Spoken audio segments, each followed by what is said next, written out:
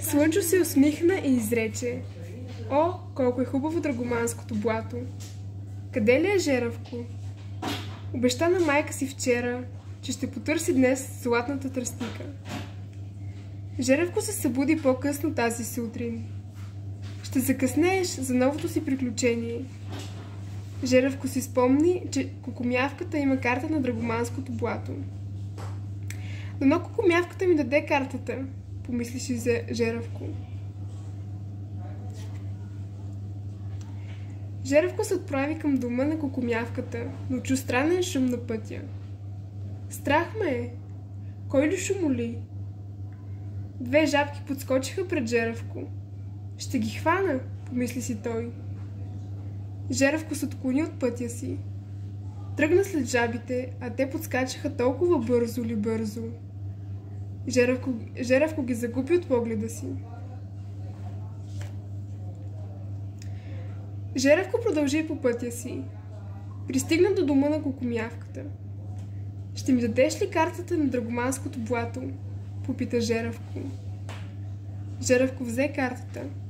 Отвори я и откри мястото със златната тръстика. Открих я! Издигна се нависоко и полетя към златната тръстика.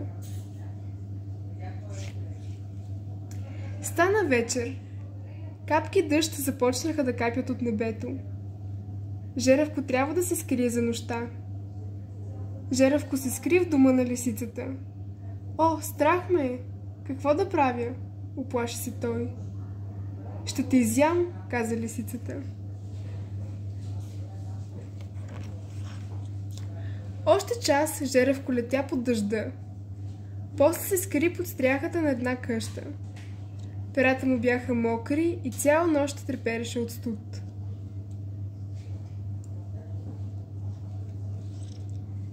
Жеравко отнесе на майка си златната тръстика. "Мамо, защо казват, че е златна? Тя не е златна. Виж, Жеравко, колко е жълта. Когато слънчо я облее с очите си. Апчих! Жеравко, ти си схрема. Ела да ти направя царевични питки и чай от пресни билки." Сивият жерав е едра птица от семейството жеравови, която гнезди в Европа и Северна Азия. През 2023 година сив жерав започна да гнезди отново в драгоманското блато. Чепан планина се намира в западната част на Стара планина, Софийска област. В подножието й се намира драгоманското блато. Най-голямото богатство на блатото са птиците. Установени са 237 вида, от които около 130 гнездят в Европа, в блатото и отглеждат поколенията си тук. През пролетната миграция в района се наблюдават още около 105 вида. Тук гнездят световно застрашени видове.